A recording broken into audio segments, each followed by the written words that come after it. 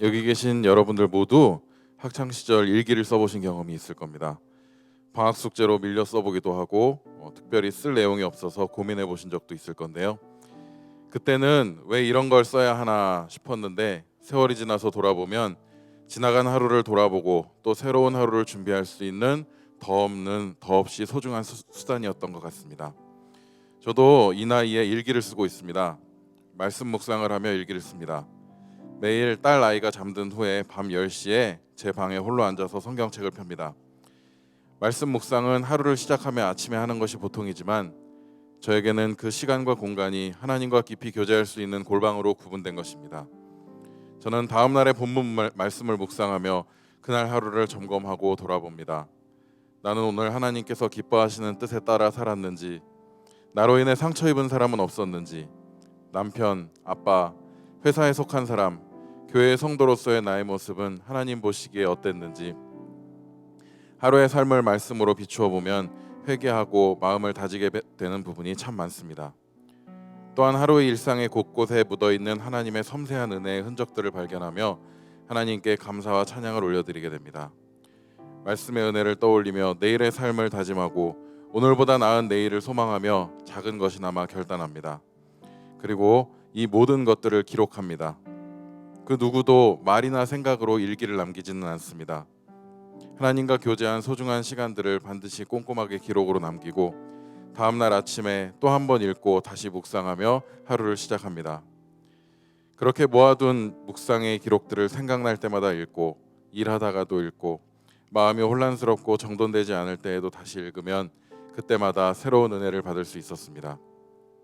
또한 이렇게 쌓여가는 묵상의 흔적들이 저의 신앙의 자산이라는 생각도 들어서 매우 뿌듯했습니다. 나중에 천국 갈 때 이걸 전부 다 책으로 엮어서 예수님과 나란히 앉아 함께 읽으면 얼마나 좋을까 하는 소망이 있습니다. 저는 청년 시절에 말씀 묵상을 처음 시작했습니다.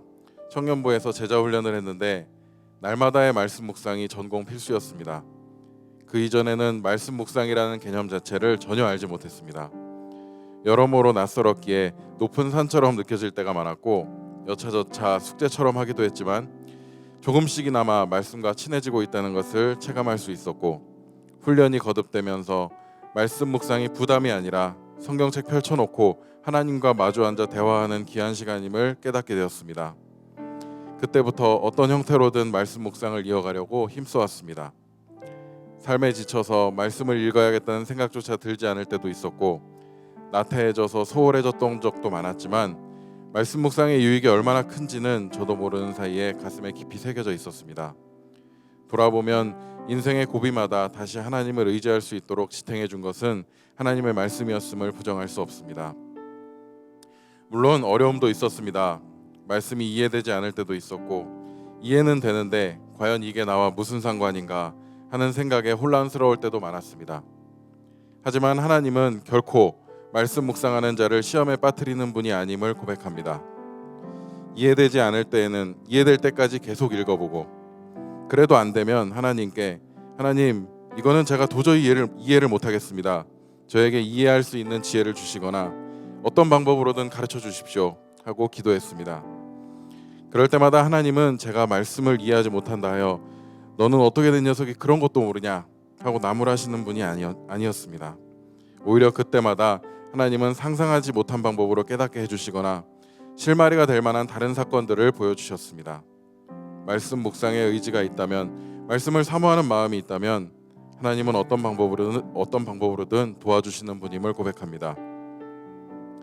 저에게는 너무나 사랑스러운 딸아이가 있습니다. 하루하루 성장하기에도 바쁜 아이가 밥을 제대로 안 먹으면 아빠로서 계속 신경 쓰이고 걱정이 됩니다. 그로 인해서 탈락이 쉬운 것은 말할 것도 없고요. 그러다가 어느 날 밥을 잘 먹고 건강하게 자라는 모습을 보면 그렇게 기쁘고 대견할 수가 없습니다. 그때 깨달았습니다. 왜 우리 인생에 말씀 묵상이 필요한지를요. 말씀은 우리 영혼을 위한 최고의 양식입니다. 우리가 그것을 꾸준히 잘 먹고 잘 자라서 참된 하나님의 자녀로 장성한다면 하나님께서 얼마나 기뻐하실까요? 이 말씀 묵상의 은혜를 여러분과 함께 나누고 싶습니다. 우리 모두가 기도할 때마다 애타게 찾는 하나님, 바로 말씀 안에 계십니다. 말씀 묵상을 통해 나와 변함없이 함께 하시는 하나님을 만날 수 있고, 살아계셔서 내 삶의 능력으로 역사하시는 예수님과 깊이 교제할 수 있으며, 묵상한 것들을 계속 생각나게 하시고 새롭게 깨닫게 하시는 성령님의 능력도 체험할 수 있습니다. 여러분도 꼭 함께 하셔서 감히 말로 다 설명할 수 없는 말씀 묵상의 기쁨과 유익을 함께 누릴 수 있었으면 좋겠습니다. 감사합니다.